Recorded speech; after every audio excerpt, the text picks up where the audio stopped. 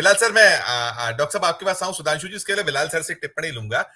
हमने ये भी देखा, दिल्ली भी देख लीजिए, दिल्ली में कितना उन्होंने इस तरीके से पूरे का पूरा जो एक हवा क्रिएट कर रहे थे अरविंद केजरीवाल के छूटने के बाद, वो मुद्दा भी पूरी तरीके से ध्वस्त हो गया। वो अब उन्होंने ये भी घोषणा कर दी कि मैं मुख्यमंत्री निवास भी छोड़ दूंगा, तारीखें भी सुनिश्चित हो गई। तो हर तरफ ये कोशिश जितनी करते जा रहे हैं कि यहां से यहां, यहां से यहां, राज्य दर राज्य, महाराष्ट्र में हालत आपको दिख रही है, हम सब देख रहे हैं क्या स्थिति है। झारखंड दिख ही रहा था, झारखंड में थोड़ी सी उम्मीद बचती है कि उन्होंने जो तोड़फोड़ की। दिल्ली लेकिन पूरी तरीके से ध्वस्त हो रहा है।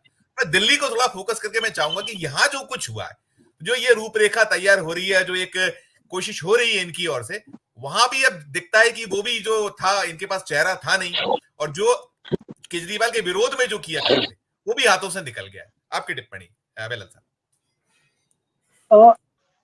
संजीव जी, दरअसल जब आप अरविंद केजरीवाल के विषय पे बात करते हैं तो पहले हमें ये थोड़ा सा समझने की जरूरत है कि लोकसभा की जो परफॉर्मेंस रही कांग्रेस और आप पार्टी की, उसको अगर आप विधानसभा चुनाव से जोड़कर देखना चाहेंगे तब बिल्कुल दृष्टिकोण अलग होगा।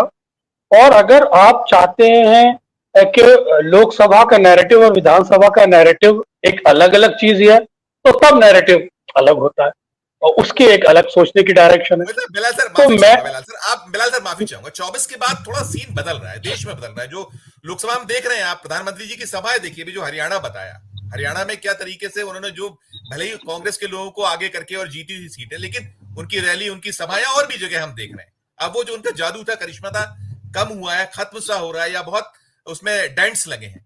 तो उस परिप्रेक्ष्य में दिक्कत तो फर्दर उसमें भी आनी कि आप कहीं मध्यावधि ऐसे हालात पैदा होते हैं जिसकी की संभावना है, बार बार आप सरी के विश्लेषक या और भी जो हम पढ़ रहे हैं, देख रहे हैं, उसमें कहीं बन सकती, हो सकती कि जब कभी उनके ये दो बैसाखियां हटेंगी तो क्या सीन बनेगा वो नहीं पता। तो इन सब के मद्देनजर दिक्कत तो है, दोनों को जोड़ के भी आप कर रहे हैं, तो बिल्कुल आप कंप्लीट कीजिएगा प्लीज। हाँ, देखिए संजीव जी, मैं दरअसल दिल्ली के विधानसभा चुनाव को मैं दोनों ही दृष्टिकोण रखना चाहता हूँ, इसलिए मैंने आपसे कहा था कि ये दोनों दृष्टिकोण जनता के सामने आने चाहिए। ये बात ठीक है कि प्राइम मिनिस्टर की इमेज देश के अंदर घट रही है और ये देश के सारे सर्वे भी बता रहे हैं, और आज वो करिस्मेटिक प्राइम मिनिस्टर नहीं रहे जो एक समय में हुआ करते थे। लेकिन ये बात भी फैक्ट है कि जिस तरह से पिछले सालों के अंदर केंद्र ने, खासतौर से भारतीय जनता पार्टी ने जिस रणनीति के तहत आप पार्टी के मुखिया केजरीवाल को घेरने की कोशिश की है, इफेक्ट तो उनकी छवि पे भी पड़ा है दिल्ली में, और उसको भी किसी हद तक डेंट करने में भारतीय जनता पार्टी कामयाब रही है। बावजूद इसके कि उनका जो आधार वोट है उसमें 19-20 का ही फर्क आया है, बहुत ज्यादा फर्क नहीं आया। लेकिन केजरीवाल जी की जो एक छवि होती है, यकीनन उसको हैमर करने में भारतीय जनता पार्टी कामयाब रही है। लेकिन मैं जो आपने स्ट्रैटेजी वाला सवाल पूछा, जिस तरह से उन्होंने इस्तीफा दिया, दरअसल आप इसको इस तरह से समझिए कि केजरीवाल, मैं व्यक्तिगत रूप से केजरीवाल को बहुत ही इंटेलिजेंट पॉलिटिकल यंग पॉलिटिशियंस में शुमार करता हूं, जिस एज ग्रुप में के वो हैं, और जिस तरह से उन्होंने अपनी पार्टी का विस्तार किया, जितनी विपरीत परिस्थितियों में वो फाइट बैक करते हैं, उन्होंने कई बार करके दिखाया। और जिस तरह से उन्हें जेल में डाला गया, उनकी पूरी पार्टी को तोड़ने की कोशिश की गई, उनके इंपॉर्टेंट प्लेयर्स को सब जेल में डाल दिया, उसके बावजूद केजरीवाल जी के अंदर एक फाइटिंग स्पिरिट नजर आ रही है। तो मैं उस पर बात करना चाह रहा हूं। दरअसल आप इस चीज को ये समझिए कि दिल्ली के अंदर माहौल जो था वो पूरी तरह भारतीय जनता पार्टी ने नैरेटिव एक स्टैब्लिश कर दिया था केजरीवाल के खिलाफ, और उस नैरेटिव को स्टैब्लिश करने में उन्होंने कोई कसर नहीं छोड़ी थी।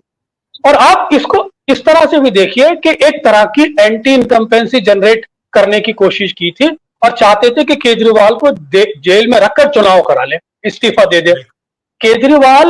केजरीवाल की जो स्ट्रैटेजी है वो कहीं ना कहीं भारतीय जनता पार्टी की स्ट्रैटेजी से ही उन्होंने अपनी स्ट्रैटेजी को ट्रेस किया है। मैं उसको बताता हूं कैसे ट्रेस किया है। देखिए, आप गुजरात के मुख्यमंत्री को उदाहरण देख लीजिए कि जब जब वहां एंटी इनकम्बेंसी होती है तो भारतीय जनता पार्टी मुख्यमंत्री बदल देती है और जब मुख्यमंत्री बदलती है तो एंटी इनकम्बेंसी उस मुख्यमंत्री के साथ रवाना हो जाती है। उत्तराखंड में देख लीजिए, गोवा में देख लीजिए, मध्य प्रदेश में देख लीजिए, सब जगह उनकी स्ट्रेटेजी का ये स्टाइल है। तो जब केजरीवाल जी ने ये महसूस कर लिया कि अब नैरेटिव मेरे खिलाफ एज मुख्यमंत्री बन गया है, तो उन्होंने इस्तीफा दे दिया। तो बीजेपी की स्ट्रेटेजी से ही ट्रेस करते हुए उन्होंने अपनी स्ट्रेटेजी को आगे बढ़ाया और जो एक भाव भर के आया था उसकी हवा निकाल दी। केजरीवाल के खिलाफ जो एक नैरेटिव स्टेब्लिश किया था उसकी हवा निकाल दी और अपने सेकंड प्लेयर को बढ़ा दिया, जिसे महिला कार्ड कहते हैं। तो सीधा सीधा महिलाओं पर तो एक प्रभाव आई आतिशी का, और फिर महिला पर अगर आप अटैक करते तो फिर केजरीवाल के साथ भी ये एडवांटेज है कि भारतीय जनता पार्टी महिलाओं का सम्मान नहीं करती, महिलाओं पर किस तरह के आरोप लगाती है, महिलाओं को किस तरह से घेरने की कोशिश करती है। साथ ही साथ दिल्ली के अंदर केजरीवाल जो खुद अपना आप एक नैरेटिव है, इधर एंटी केजरीवाल और प्रो केजरीवाल। तो केजरीवाल अब फाइट बैक कर रहे हैं उस एंटी इनकम्बेंसी को डिफ्यूज करके, जो भारतीय जनता पार्टी ने उनके खिलाफ एक पूरा गुबार पैदा किया था, उसमें उन्होंने इस्तीफा देके उसकी हवा निकाल दी, कि ये फूंक निकाल दी। तो ये स्ट्रेटेजी केजरीवाल ने भारतीय जनता पार्टी की स्ट्रेटेजी से ही ट्रेस किया और मेरे को लगता है अब वो इस स्ट्रेटेजी के साथ कंफर्टेबल पोजीशन में है भारतीय जनता पार्टी से फाइट बैक करने के लिए। एक तो ये आपके सवाल का ये बात हो गई। दूसरा सवाल मेरे जहन में आ रहा था कि मैं पैनलिस्ट से दो हमारे मौजूद है रेस्पेक्टेड पैनलिस्ट, मैं चाहता हूं कि हरियाणा के अंदर जो कांग्रेस के अंदर इंटरनल इनफाइटिंग है, मुख्यमंत्री को लेके जो इनफाइटिंग है वो, और फिर दूसरा जम्मू कश्मीर से रिलेटेड मेरे माइंड में एक सवाल आया जब बार बार इंजीनियर रशीद की बात आ रही थी। तो वास्तव में तो इंजीनियर रशीद तो भारतीय जनता पार्टी के बी टीम अब कहला रहे हैं, लेकिन वास्तव में तो लॉन्ग टर्म में गुलाम नबी आजाद को उन्होंने डिजाइन किया था वहां पर एक अपनी टीम बनाकर। तो आज गुलाम नबी आजाद उनकी सेकंड टीम कैसे हो गए बीजेपी की, और इंजीनियर रशीद ए टीम कैसे होगा, मैं इस पर थोड़ा अपने पैनलिस्ट से चाहूंगा। बिल्कुल बिल्कुल। बिलाल सर, क्या कहिएगा जो हम लोग बात कर रहे हैं कि सिर्फ आप भक्तों को मूर्ख, अच्छी वो है कि भक्तों को मूर्ख और मूर्खों को भक्त बनाना है, क्या कहिए? देखिए, मैं बुनियादी तौर पर इस विचार के ही खिलाफ, मैं इस विचार को मौजूदा राजनीतिक परिस्थितियों में लोकतंत्र के विरोध में खड़ा हुआ एक ऐसा विचार मानता हूं जिसे सांप्रदायिक शक्तियां बहुत ही षड्यंत्रकारी तरीके से इस लोकतंत्र पर और देश की सत्ता पे काबिज रहना चाहती है। वन नेशन वन इलेक्शन उनको ज्यादा सूट करता है, जो पूरे देश के अंदर सांप्रदायिक राजनीति करके ध्रुवीकरण का माहौल बना के चुनाव कराना चाहती है और उस ध्रुवीकरण को अपने पक्ष में ले जाना चाहती है। इसलिए वन नेशन वन इलेक्शन की बात करिए, जो डेमोक्रेसी और लोकतंत्र के लिए बहुत खतरनाक है।